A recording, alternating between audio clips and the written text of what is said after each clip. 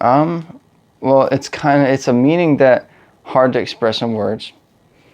It's about friendship and love that is pretty much doomed to failure.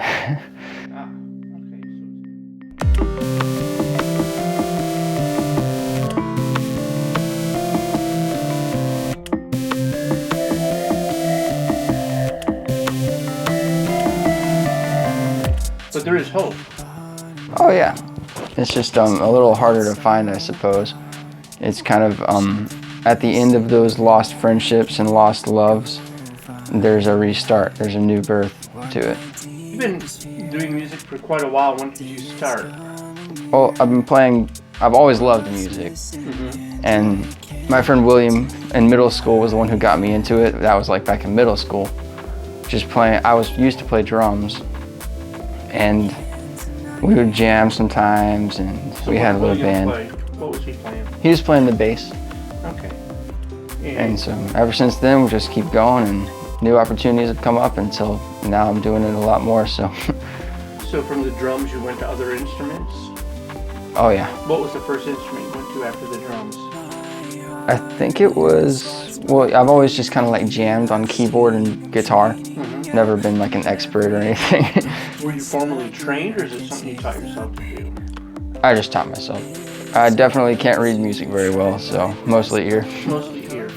Well, back in the day, I was really into classic rock, so like Led Zeppelin and stuff like that. Well, you can't go wrong with Led Zeppelin. Right? I like Jack White a lot. Lately, I've been getting into Lindsey Sterling a bunch. You know, the violinist, performer. She's got an amazing live show. Man, I think I have a very long songwriting process. Like, some people, they can sit down in like a week or a month maybe, and they just write out a song, get the lyrics, get the music. For me, it's like a couple of years.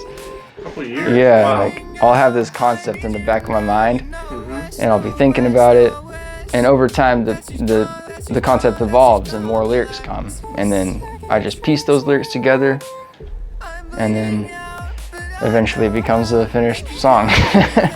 There's a lot of talented people around Savannah. Like, the last 2 videos I filmed were through this guy named Spencer Wilson. He helped me film them. Spencer Wilson, what were the 2 videos we're talking about? There's Cry Red, and Which I really liked. That video is great. Oh, I'm glad you liked it. A lot of good use of shadowing and stuff like that. Yeah, and all that lighting was him. He helped direct all of that. And how'd you get the red behind the sunglasses?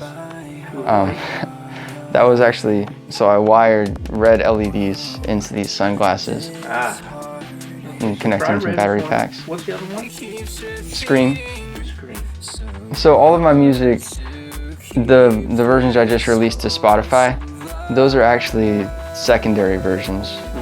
The original versions are like, you may have noticed the song Cry Red in the video was different than the Spotify version. The video versions are actually the originals.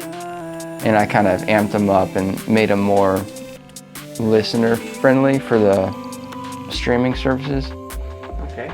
For Hell, the original version is more about kind of like avoiding temptations and like negative thoughts and things like that.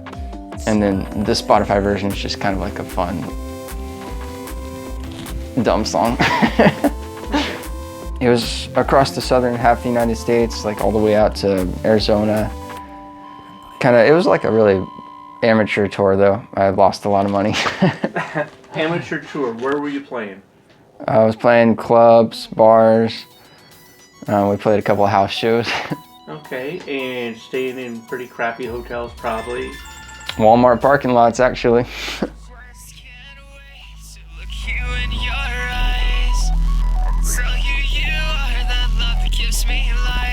Our hearts collide where the sea meets the sky.